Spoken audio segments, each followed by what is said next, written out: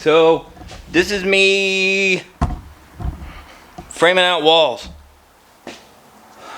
So like I said, I already ripped all of them down to 3 inches, stacked them up, did the thing. So top plate, bottom plate cut out. Then I measured the top plate and bottom plate because they have varying thicknesses. Some of them are thick, could be a 1/4 inch thicker than another. So just sandwich them together, measure it, subtract from the height, and that's what I cut my studs at for that section. If it's a little different from one side to the other, the concrete's pretty level, and my ceiling, my roof cap, ceiling cap, that's dead nuts. That's laser leveled that I did with.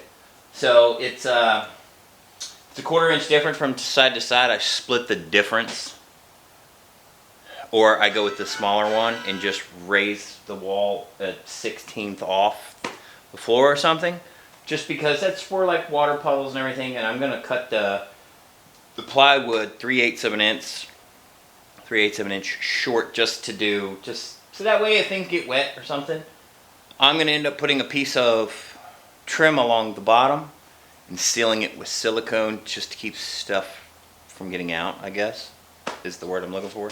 Like water getting under the wall and rotting the wall out. So, but I'm doing, I'm doing outlets.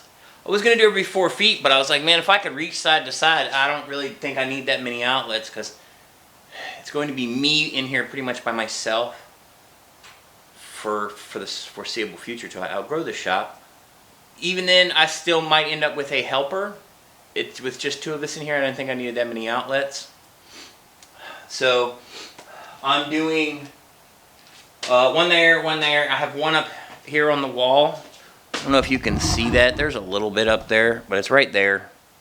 That one's up there because I'm actually going to mount a TV here. So, like, if I'm spraying stuff or I'm watching some of my instructional videos or something like that, or, you know, just whatever, I'm having a shindig in here, I'm mounting the TV. So that, and I like to listen to it. I like to have this background sound. Sometimes not necessarily just music. I like to have just a movie or something playing in the background. So most of the time it's a movie I've seen 4 million times. So I'm going to have to do something over here because the wood stove's burning at the moment.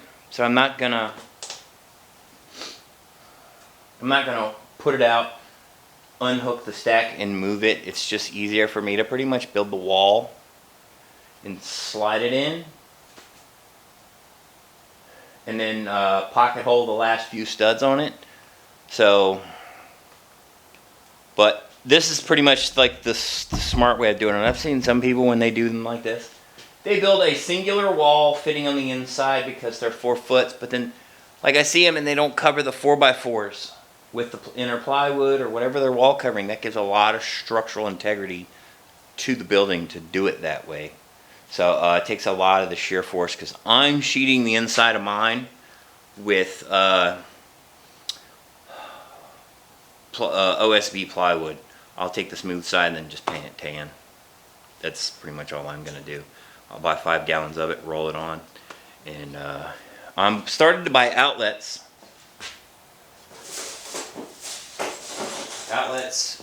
Outlets and switches. They're actually, I'm doing brown because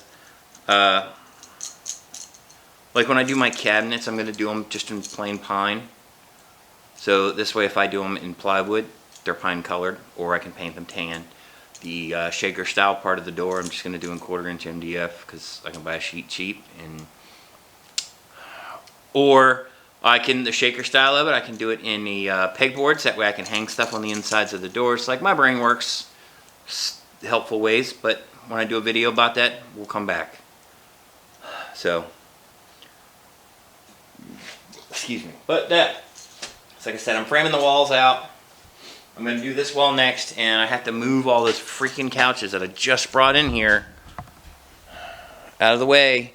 But I had to empty my truck because apparently I needed more of these free freaking chairs and couches and stuff. So I'm going to reupholster those too. There's 2 more sitting outside. I just didn't feel like bringing them in. It's not raining anymore, so screw it. So I got to get back to this stuff because it's holding up money. I need to get rid of this and You get some of these jobs done, because like I said, got a car coming here in like a week and a half, and I'm pretty much out of money. I need to do work. So I don't know, I might pull a little bit of money out of my 401k just for giggles and get it done to finish this whole thing up. Build my workbench and just literally make it so I can move in this place and be done. So the two big things to do is fill in the bottom of the other areas with block, which is coming. I'm just trying to get this other stuff out of the way, and pour in the stairs. So I got the wood for that today, and I got to do the math on how much concrete it's going to take. But I'm probably going to do all the block first, because I need to realign the wall that's sagged a bit where there's no thing. But we'll come back to that. So I just figured I'd cook you up with an update.